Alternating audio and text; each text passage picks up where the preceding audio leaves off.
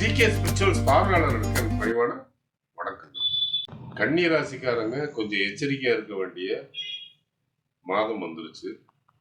ஏன்னா இது வரைக்கும் குரு வக்கரத்துல இருந்ததுனால இந்த 10ஆம் இடத்து குருவுடைய பலன்கள் இல்லாம கொஞ்சம் நிம்மதியா இருந்தீங்க. ஏன்னா வக்கரமா இருந்த குரு இருந்த காரணத்தினால 10ஆம் இடத்து குருவா இருந்தாலும் உங்களுக்கு பெரிய தீமைகள் எதுவும் நடக்காம இருந்தது.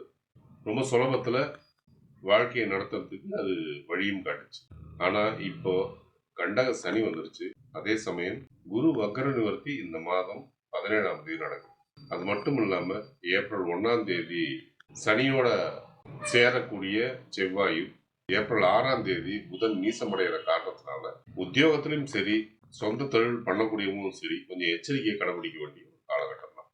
சக ஊழியர்கள்ட்டையும், உங்களுக்கு கீழே பணிபுரிகிற பணியாளர்கள்ட்டையும் எச்சரிக்கை அவசியம் கடைபிடிக்கணும். மேலதிகாரிங்க கிட்ட கூட நீங்க எச்சரிக்கை கடைபிடிச்சுதான் மாதிரி ஒரு சந்தர்ப்பமான ஒரு மாதம் தான். குறிப்பா அரசு பணியாளர்கள், அரசு ஒப்பந்தத்துல பணிபுரியக்கூடியவங்க, எரிபொருள் சார்ந்த துறையில பணிபுரியக்கூடியவங்க, ஐடி சம்பந்தமான தொழில்கள் பண்ணக்கூடியவங்க, மருத்துவம் சம்பந்தமான தொழில்கள் பண்ணக்கூடியவங்க, இவங்கெல்லாம் கொஞ்சம் எச்சரிக்கையை கடைபிடிச்சுதான்.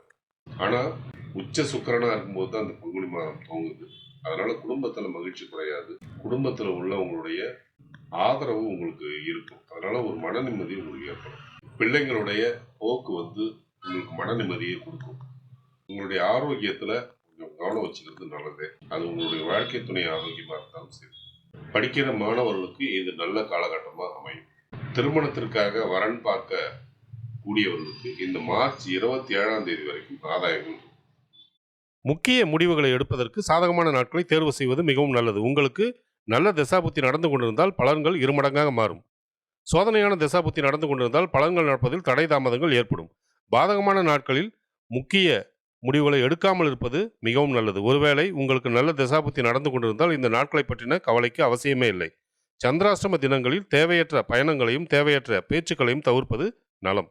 இந்த மாதம் உங்களுடைய நன்மைகளை நீங்க கூட்டிக்கவும், உங்களுடைய தீமைகளை மொத்தமா குறைச்சிக்கவும் நீங்க வழிபடக்கூடிய தெய்வங்கள் திருநள்ளாறு தர்பாரண்யேஸ்வரர், திருப்போரூர் முருகன், குரு தட்சிணாமூர்த்தியும், சிறுவாபுரி முருகன்.